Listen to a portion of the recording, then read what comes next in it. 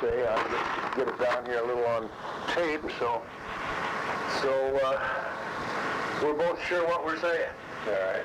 And as you know, Fred asked me to do a book on company history, and of course we get the family in that, and we get a few anecdotes in that if we can, and we try to humanize it as much as we can. Yeah. I'm basically a writer. I used to work for the World Herald, and I'm here in Grand Island now, and spent most of my life, adult life, in Omaha.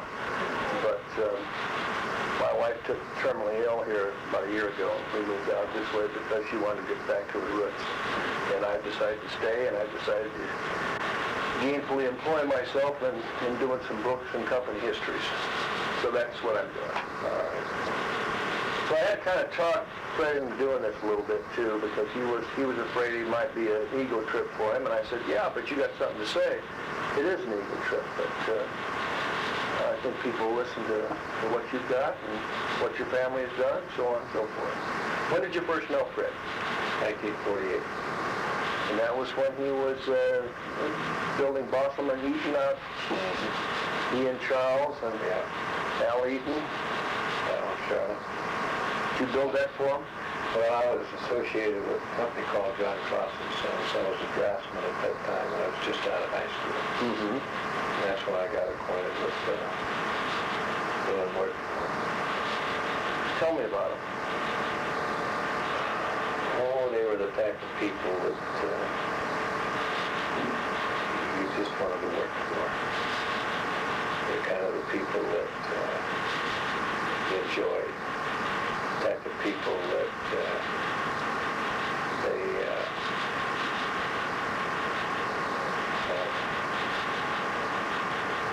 I have to hesitate here how to say that they were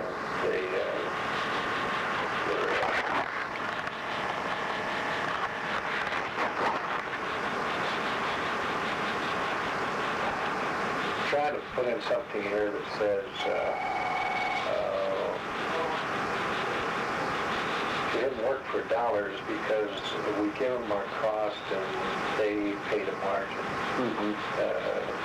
You worked with them the best you could to get a good product as low as you can, and you knew that you would still have a margin for your work. They never seemed to since they felt they needed a margin, why you were entitled to one too. But you on your cost, that's where they were interested in actual cost, what your labor could be done for, and you come up with a good product for it. So you were close to Fred and Charles then at that time? Mostly Fred and Charlotte. Some with Al, not very much with Charles, because at that time he was involved, I think, in the agriculture portion more than in the station operations. Fred has always taken an interest in construction, hasn't he? Always has. Was he a frustrated architect, you think? No, I don't think so. I think that he knew what he wanted all the time because he knew what his customer needed. He needed us to design the product for him. We needed to know what kind of products would serve him the best.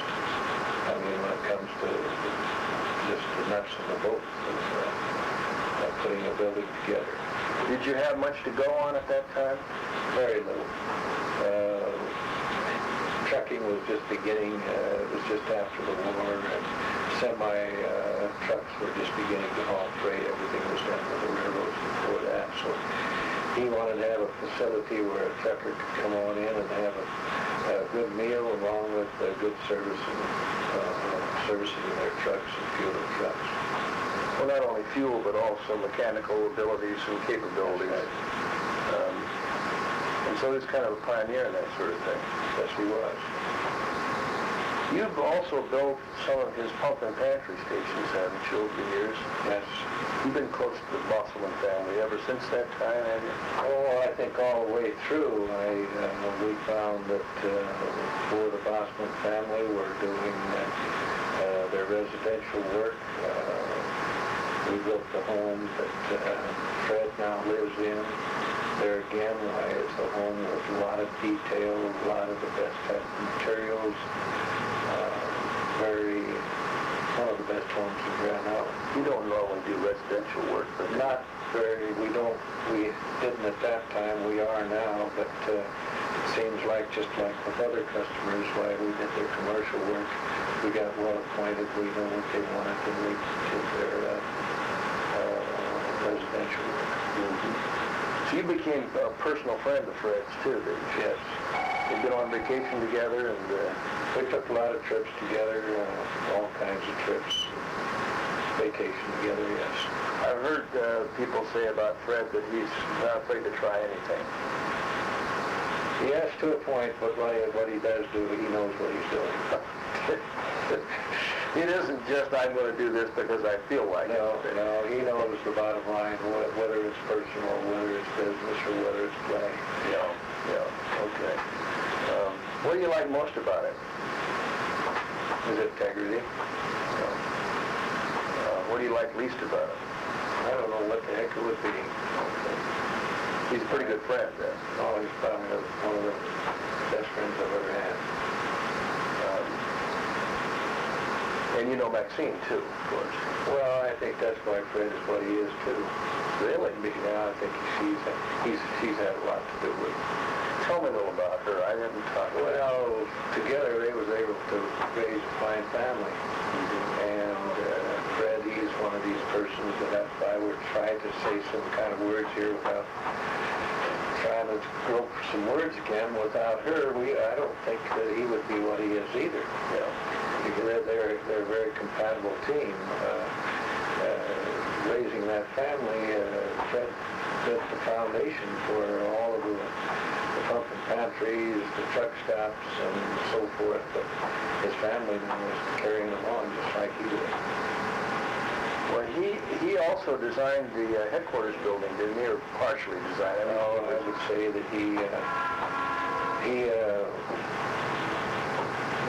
design isn't a big enough word to use. He did it all. Yeah. He uses minds that has worked with him for the years before to help him make decisions. He knows what he wants, but it gets down to some details again, to where he needs help from people that have worked for him before to get what he wants. And knowing Fred for 20 years, like 30 years or 40, whatever it's been now, maybe 50. Time does get away from you, doesn't it? He comes up with people that care about him, and people that want to help him with a big turn. It always seems to be something that... He's taken some big gambles also. He has, yeah. but there's the part that Fred stands above us all. When he gambles, he still knows what the bottom line is going to be. He just doesn't he don't throw dice. I'm reminded of that truck stop he has out near the interstate when I say gamble, because I suspect that he put everything he and Maxine had in that baby. Yes, he did, but again, why he knew that trucking was going to be look what it is today. He knew then that trucking was on the move. And he gambled, yes, thinking that it would, but he knew it was going to be there. He knew that at that time he was talking about parking for maybe up to 70 trucks. Well, 70 trucks, there are always 70 trucks under there. Oh, yeah. He knew what he was doing. Did you build that facility for him? No, I was associated yet with Clausen's. I just started on my own just shortly after that facility was set. Earl Clausen. Well, he helped you a bit then to get started too, didn't he? Oh, yeah. Go back to the Clausen organization. They were good friends of Fred's too, and that's where I learned a lot about my construction. With working for them, I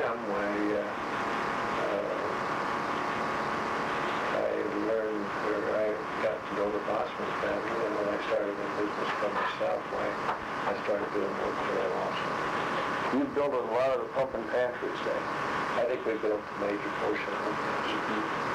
Are they done by formula pretty much? At that time, why, they were, again, Fred knew what people wanted. He knew that the old mom and pop station was going out. He knew that we needed to have self-service, such as a pumpkin pantry is, both for groceries, hot, beer, and fuels.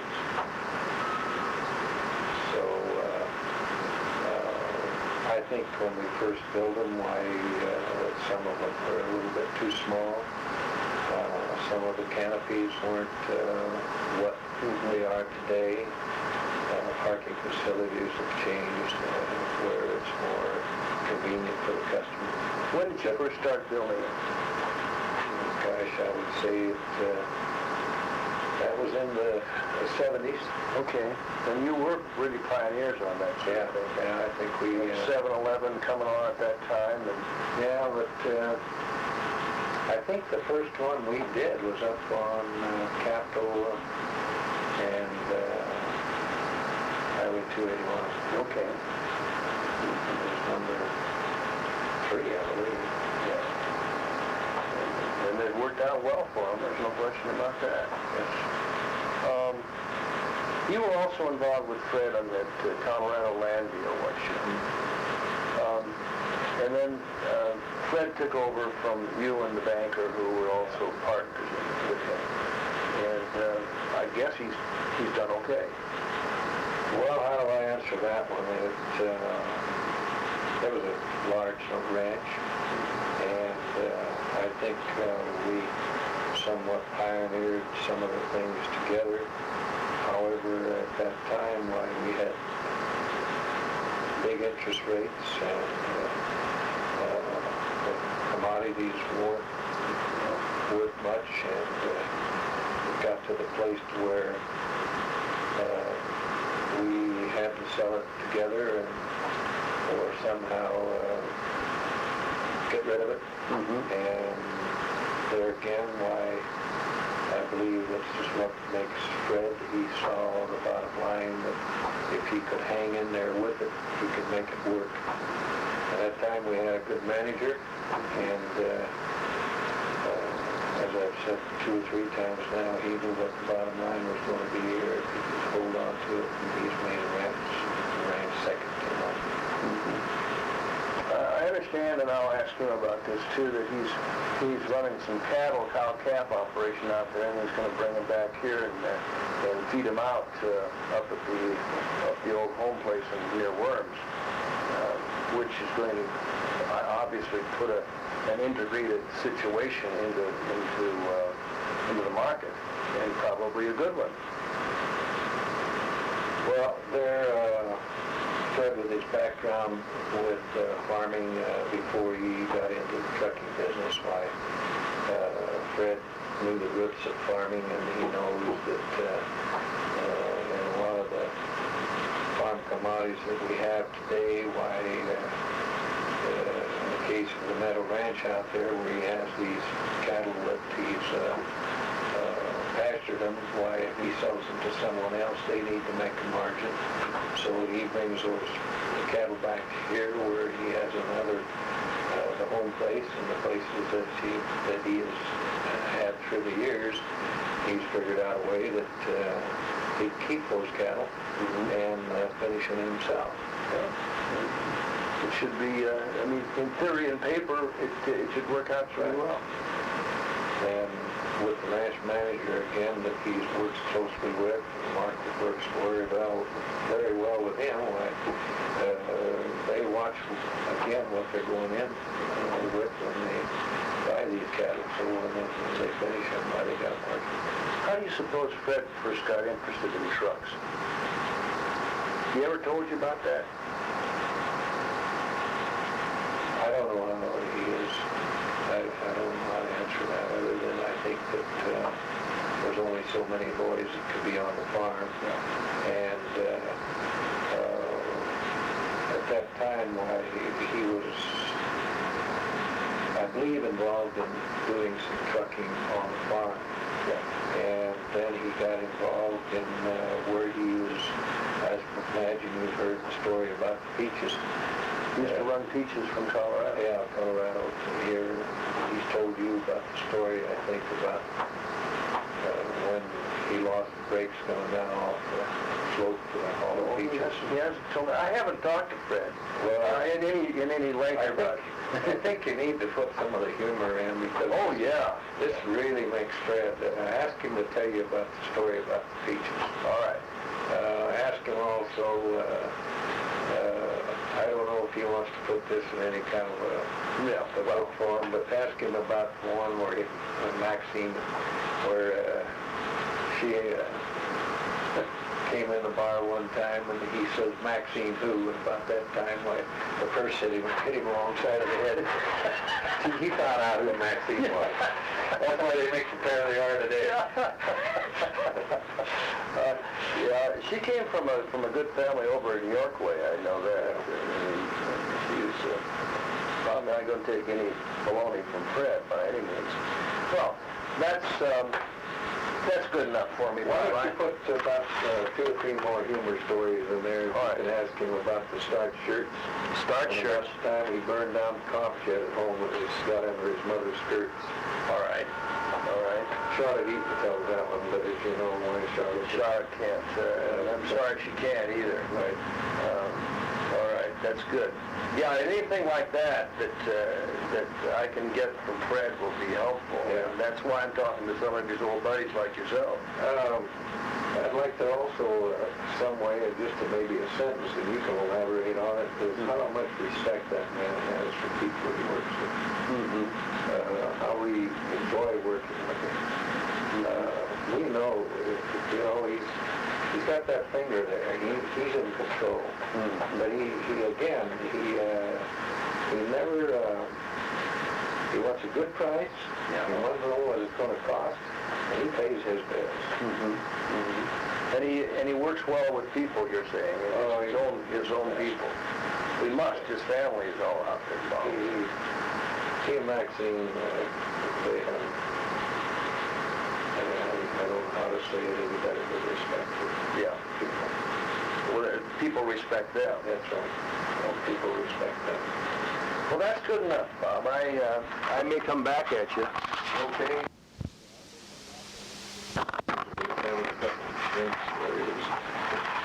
Yeah. Up on the far both the ribs. He did.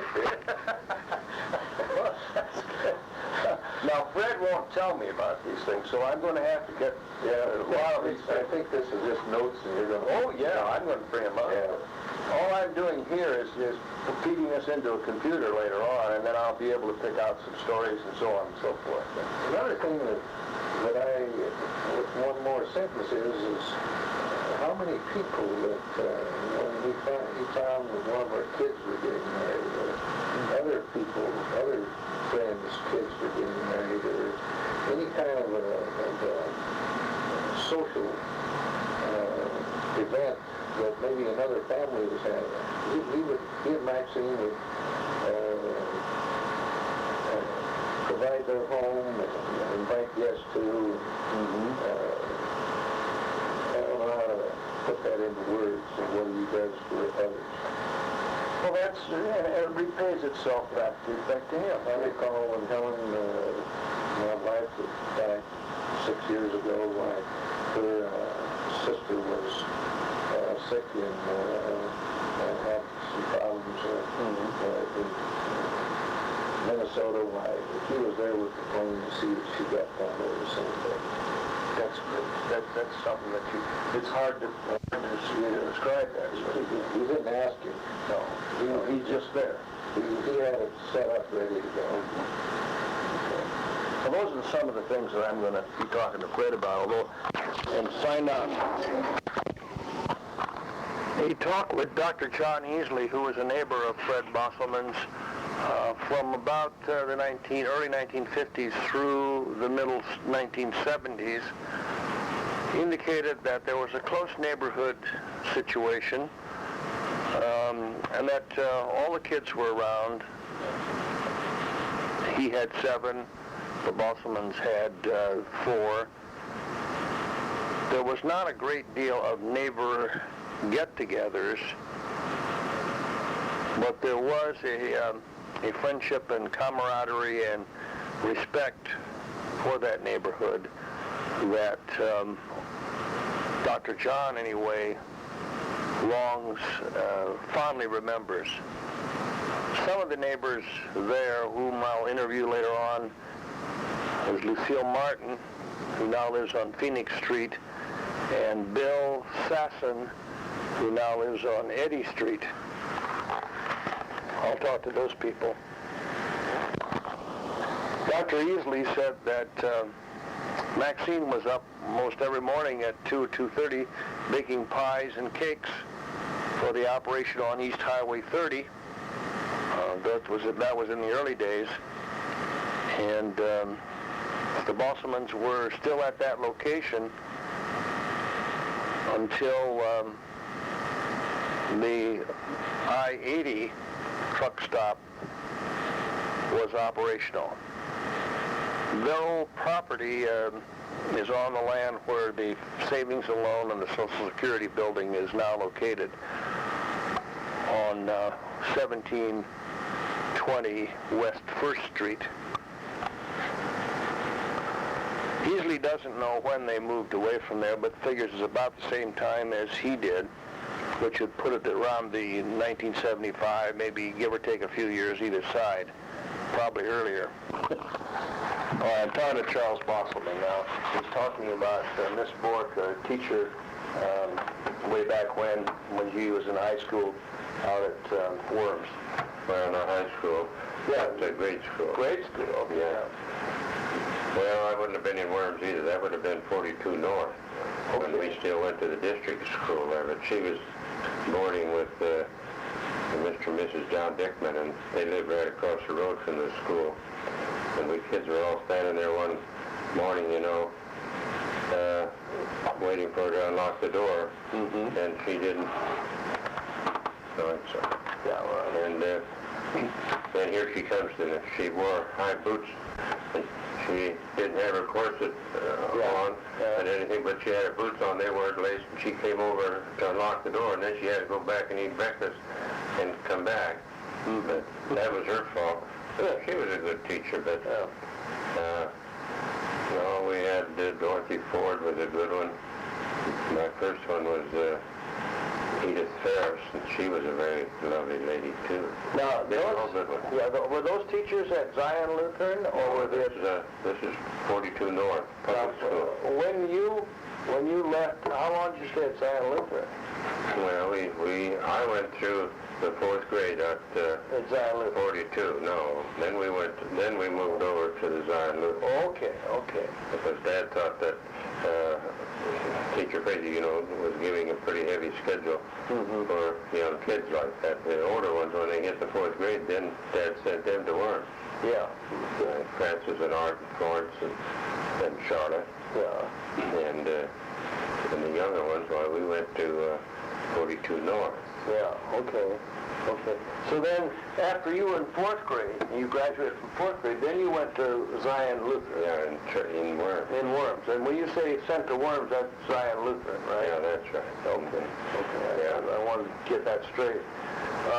So did Freddie and Norman follow that same path when they got to be 4th graders? No, they went, when I switched, then we all switched. Oh, okay. So they were in 2nd or 3rd grade. I was the last one. Lily and I were the last ones in there. And then when we hit the 4th grade, well, then there were just the two of them. Then they had the little school, too, there in Worms. So I think she taught from 1 to 4, through 3, I mean, and then Teacher Frazee took them from there on out. Yeah, okay. So that you and Charlotte and Norman and Freddie all went to the same school together at the same time. So did you we drove our horse and cart down there. There were 5 of us, and I had a 2-wheel cart and old horse. And we drove that to school. It was about 2 miles. And you stayed in Zion Lutheran through the 8th grade then? Yeah, I did, but then I graduated from there when I was 13, and they wouldn't confirm anybody until they were 14. So then I had to go to Dad sent me back to 42 North, and then I had to take the 8th grade over. Well, then this lady was heading, can't think of what her last name was right now, but anyhow, then she taught, Fenwell and I both are the same age, and we both had to retake a grade.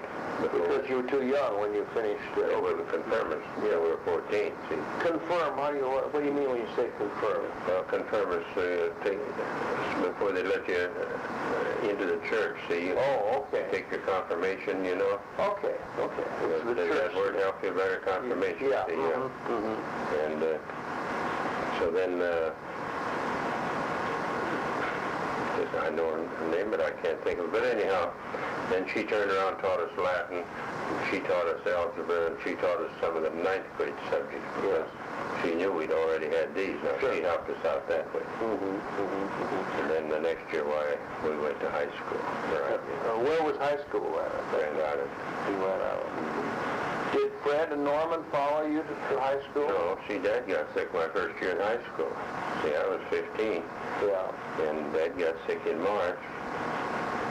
And that ended mine. Well, then I quit the 6 weeks that first semester.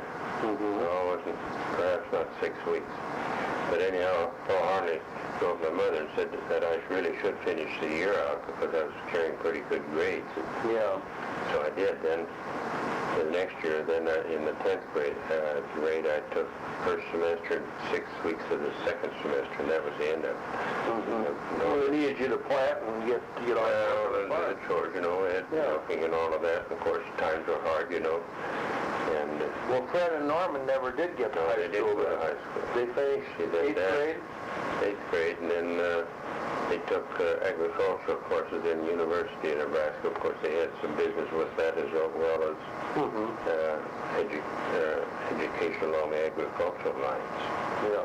And then I didn't go to that, but then later I went to the Grand Island Business College, which was also a good school. Now, Charlotte made it all the way through, though. Yeah, she did. She was ahead of me, and she was teaching when I got into it. Well, she's a high school graduate. She went to University of Nebraska in Lincoln, too, didn't she? Well, later, no. She went she graduated from Worms, then she went to Carnegie State Teachers College. Oh, okay. And then she began teaching school, and she was teaching the second year she was teaching the first year that I was in high school. Right? Okay. She was teaching Casper Myers School over there, east of Grand Island. She was staying with Casper Myers. Okay. That's well. Later, she took courses to advance herself, you know, and of course she took them through the University of Nebraska, and then the Baptist College used to be here. She took a course. I know she completed a course in that too. And then Lily didn't get through high school either. She did the same reason. Of course, Lily was a little more shy, you know. She wasn't as aggressive and self-reliant as probably some of us were. She was a little shy all the time, and she just didn't like school. Yeah. She'd rather, and that's why Charlotte, you know, she was always a very precise person, you know, in her cooking and her dressing. And of course, the girls all had to learn how to cook, and they all had to learn how to sew. They were exposed to the same amount of teaching and things like that. Lily would rather be out there playing with the boys than she would fooling around cooking or any of that. But of course, she had to do it anyhow, folks. Now, Lily's still alive, isn't she? Yeah, she's in Lakefield. She's in Lakefield, okay. Frances, I have a sister, Frances, who's alive too. She's there too. She's there too. Okay. Yeah, she's my half-sister. Okay. And on these cousins that I went down the list with, I think I went down the list with Norman on those. There's several cousins that are in the phone book. They're not part of your... Oh, Bosselman, you mean? Yeah, the Bosselmans. Yeah, they're called Bosselman. Yeah, see, my granddad came out here in 68. He didn't come out here. He came out here in 62. He came and landed in Michigan. He and his cousin Klaus Daum, and then they spent time there in Michigan. He worked for a farmer there, and then they were woodsmen too. This was Karsten's now. Yeah. Karsten. Yeah. And then he had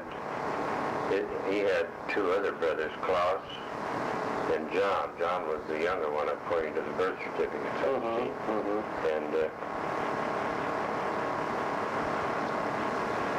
And then, of course, now let me get this straight. Did the whole family move out? Well, they all followed Granddad. Okay. Later on. Karsten was the first one. Yeah. Quick, see? Karsten was the first one, and then When he they... came out in 72. And then the others came shortly afterwards. Then Granddad homesteaded on a place half a mile south of Worms and half a mile west. And he didn't like the ground. It wasn't deep enough. So he sold that farm to his brother John. And he homesteaded over there where our place is today, you know. It was up there in the school section, section 16. And then Klaus was out here. I can't tell you the time he was here either, but see, now he would have been the father of